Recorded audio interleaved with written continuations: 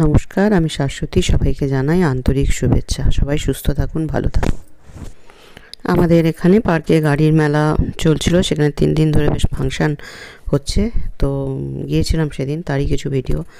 এই ছেলেটি ম্যাজিক দেখাচ্ছে এবং যারা ওখানে বসে রয়েছিল সেসব বাচ্চাদের ডেকে ডেকে নিয়ে স্টেজে উঠিয়ে তাদের সাথে বেশ মজা করে করে সুন্দর সুন্দর ম্যাজিক দেখাচ্ছিল, ভালোই লাগছিল। সেই সব ভিডিওগুলো এখানে চলছে। তো আজকে দেখছিলাম যে হ্যাশট্যাগ আমরা সকলের এটা রয়েছে, চিন্ময় চ্যাটার্জি দিয়েছেন টপিকটা, যে আমরা সবাই ভালো থাকতে চাই কিন্তু আমরা ভালো হতে চাই না। খুব পারফেক্ট কথা। আমরা মানে নিজেদের দিকে কখনো ফিরে তাকাই না। আমাকে যদি কেউ জিজ্ঞাসা করে ওর কী কী দোষ বলো তো, আমি বোধহয় 10টা-12টা পয়েন্ট বলে দিতে পারবো। কিন্তু আমাকে যদি কেউ জিজ্ঞেস করে তোমার কী কী দোষ বলো তো, আমি মনে হয় খুঁজেই পাবো না। কারণ আমরা তো ঢুকি না নিজের মধ্যে, কখনো ডুবই দিই না যে আমার কোনো দোষ আছে কি না। আমি অলওয়েজ ভাবি যে আমরা বোধহয় পারফেক্ট। অ্যাকচুয়ালি আমরা বুঝতেই পারি না যে কোনটা দোষ। হয়তো বড় কারোর কোনো ক্ষতি করছি না, কারোর টাকা চুরি করছি না, কারোর সংসারে নাক গলিয়ে সেরকমভাবে কোনো ক্ষতি করছি না, এইগুলোকেই আমরা ভাবি ক্ষতি করা বা খারাপ হওয়ার নিদর্শন। কিন্তু এছাড়াও যে কত টুকটাক জিনিস আছে, চিন্তা ভাবনা। অ্যাকচুয়ালি বলা হয় যে থট, আমাদের যেটা থট সেটাই কিন্তু সবথেকে বড় কর্মা। তারপরে তো আমরা হাতে করি বা মুখে বলি।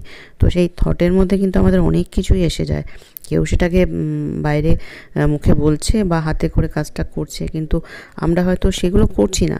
কিন্তু চিন্তাধারার মধ্যে অনেক কিছু জিনিস আছে যেগুলো আমরা চিন্তা করি, কিন্তু আমরা ভাবি যে ওটা আবার কোনো খারাপ হলো নাকি, এটা তো চিন্তা হতেই পারে, এটা তো খুব স্বাভাবিক জিনিস। এরকম অনেক জিনিস আছে।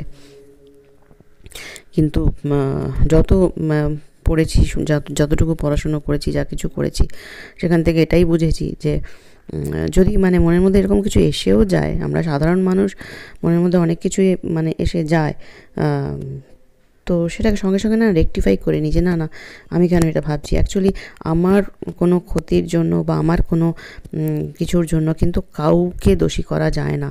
কেউ কারোর জন্য দোষী হয় না। যা কিছু আমার হচ্ছে, আমার সাথে যেটা হচ্ছে, সেটা খারাপ হোক বা ভালো হোক, সবটাই কিন্তু আমার নিজের কর্মফল অনুযায়ী হচ্ছে। এটা যদি একবার কেউ বুঝতে পেরে যায়, তাহলে সে কখনোই কোনো খারাপ চিন্তা করবে না, কারোর সম্বন্ধে কোনো অভিযোগ আনবে না, কারোর উপরে কোনো রাগ রাখবে না, কারোর উপরে কখনো এরকম মনে হবে না যে ওর সাথে আমি আর জীবনে কথাই বলবো না, ও আমার জীবনে এরকম করেছে। এগুলো হবেই না। কারণ এটা সত্যিই এখন বুঝে গেছি যে আগে হয়তো একসময় ভাবতাম যে ওর জন্য আমার এটা হলো, ওর জন্য আমার জীবনে এটা হলো, এরকম অনেক রকম ভেবেছি। কিন্তু এখন আমি বুঝি যে না, এটা আমার সাথে হবার ছিল।